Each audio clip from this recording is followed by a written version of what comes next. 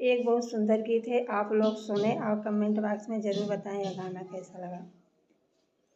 जेकरे हथवा में कलमिया है सरकारी नौकरी, जेकरे हथवा में कलमिया है सरकारी नौकरी, सरकारी नौकरी है सरकारी नौकरी, जेकरे हथवा में कलमिया है सरकारी नौकरी।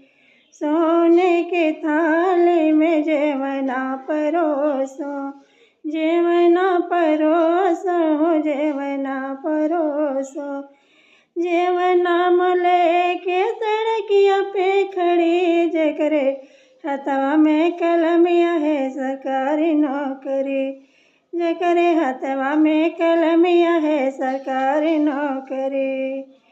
लोटा गिलास गंगा जल पाने, लोटा गिलास गंगा जल पाने, अरे पनिया मोले के सड़किया पे खड़ी, जेकरे हथवा में कलमिया है सरकारी नौकरी, जेकरे हथवा में कलमिया है सरकारी नौकरी।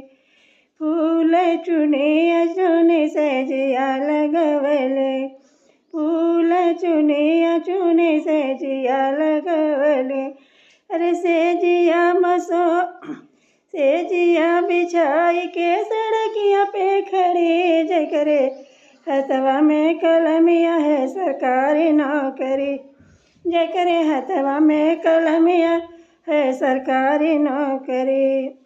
सरकारी नौकरी है सरकारी नौकरी, जेकरे हथवा में कलमिया है सरकारी नौकरी।